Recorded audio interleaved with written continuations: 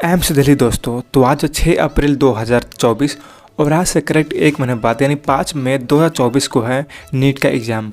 और उसके लिए बस 30 दिन ही बाकी है। और अगर अच्छे से देखा जाए आज का दिन छोड़कर तो 30 दिन से भी कम दिन बाकी है नीट एग्ज़ाम के लिए। और अभी मैक्सिमम लोगों का सिलेबस कंप्लीट हो गया होगा, चाहे वो बात करें लक्ष्य में जिसमें कि दिसंबर में सिलेबस कंप्लीट हो गया था, यकीन में जिसमें कि मिड मार्च में सिलेबस कंप्लीट हो गया है, या फिर आप अगर किसी कोचिंग के हैं तो उसमें भी सिलेबस कंप्लीट हो ही गया होगा। और अगर आपका भी कुछ बैकलॉग होगा तो भी आप कंप्लीट कर ही लेंगे। तो अभी तो सिलेबस कंप्लीट होगा, तो सिलेबस कंप्लीट होने के बाद क्या करना चाहिए, तो ये बात आप किसी भी टीचर से पूछिए, वो यही बोलेगा कि आपको फुल सिलेबस टेस्ट देना है, जितना हो सके उतना रिवीजन करना है और PYQ पर अपनी पूरी कमांड रखनी है और डेली इक्वल टाइम देना है सबको। ये नहीं कि अब लगे यहाँ से 15 दिन तक बस रिवीजन करना है और पता चले कि बस 5-10 ही फुल सिलेबस टेस्ट पेपर दे पाया है और बिना रिवीजन के टेस्ट भी नहीं दे सकते हैं।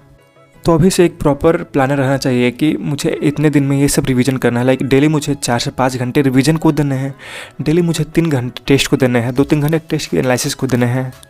और आप किसी भी बैच में होंगे वहाँ तो फुल टेस्ट सिलेबस होता ही है, जो लास्ट में AITS होता है वो तो होता ही है।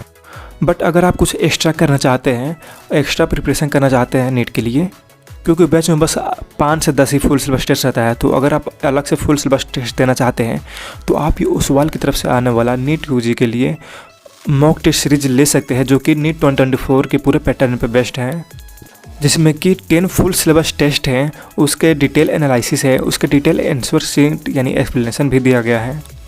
एंड आपको सारे चैप्टर्स के एक फ्लो चार्ट डायग्राम भी मिल जाएगा।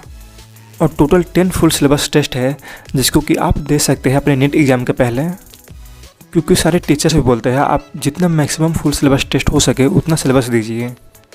तो अगर आपको ये बुक बाई करनी है तो इसका अमेज़ॉन का लिंक आपको नीचे डिस्क्रिप्शन में मिल जाएगा, आप वहाँ से जाकर इसको बाई कर सकते हैं।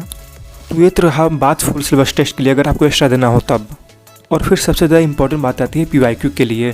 बट इसमें आपके पास उतना टाइम नहीं होगा कि आप 36 ईयर का PYQ लें, जो कि बहुत ही ज़्यादा PYQ होते हैं सारे चैप्टर्स में।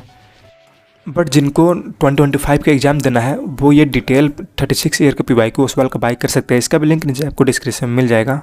पर जिसका एग्ज़ाम इसी साल है यानी नीट 2025 में अपना एग्ज़ाम देना चाहते हैं तो उनके लिए ये बुक बेस्ट रहेगी, जिसमें कि 18 ईयर का नीट का सारा PYQ पेपर है, क्योंकि इसमें आप इंडिविजुअल चैप्टर का अपने PYQ नहीं लगा सकते हैं 36 ईयर के, और उसमें से भी मेन होता है लास्ट 10 to 15 ईयर का PYQ।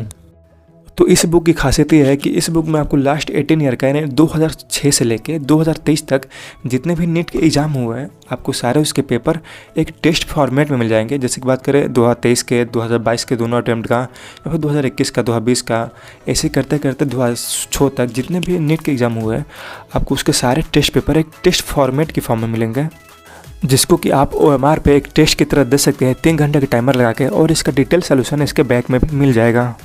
तो अगर आपको इसमें से कोई भी बुक बाई करनी हो, परचेस करनी हो, तो इसका बाई लिंक नीचे आपको डिस्क्रिप्शन में मिल जाएगा, जिससे कि आप डायरेक्टली जाके अमेज़ॉन से इसको बाई कर सकते हैं मैक्सिमम डिस्काउंट पर। एंड आप अगर उसी लिंक से जाकर कोई बुक परचेस कर सकते हैं तो आप मुझको भी इनडायरेक्टली सपोर्ट करेंगे। तो यही इंपॉर्टेंट है, लाइक जितने भी आपके मॉक टेस्ट पेपर हो सके उतने मॉक टेस्ट पेपर दीजिए, और जितना हो सके उतने PYQ भी अपना कमांड रखिए। ऐसा होना चाहिए कि PYQ आपको कोई भी क्वेश्चन पूछे तो आपको तुरंत अपने जुबान पे याद होना चाहिए।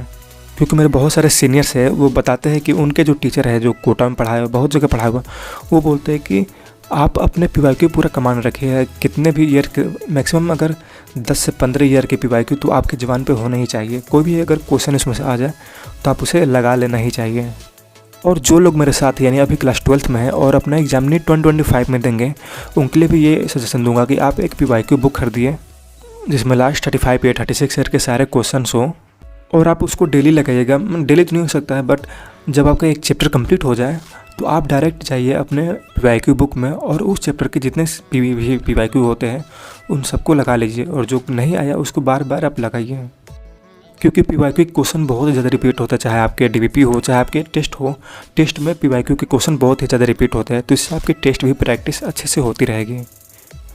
और अगर आपको कोई भी बुक बाय करनी हो सवाल की तो उसका लिंक भी नीचे आपको डिस्क्रिप्शन में मिल जाएगा, या फिर जो मैं अपना बुक यूज़ करता हूँ वो भी, उसका भी लिंक आपको नीचे डिस्क्रिप्शन में मिल जाएगा। जैसे कि फिजिक्स में DG हो गया, केमिस्ट्री में DG हो गया, मेरे राइटिंग पैड हो गया, मेरे नोटबुक्स, मेरे कॉपी, इसका सबका लिंक आपको नीचे डिस्क्रिप्शन में मिल जाएगा। आप वहाँ से जाकर इसको बाय कर सकते हैं। तो मुझे जितना आता था मैंने आपको उतना बताया, क्योंकि मुझे भी अपने नीट का प्रिपरेशन करते हुए सिर्फ 1 साल ही हुए, तो मुझे जितना आता है कि मैक्सिमम क्वेश्चन प्रैक्टिस करनी चाहिए, मैक्सिमम टेस्ट देना चाहिए, उसके हिसाब से मैंने आपको सजेस्ट किया है।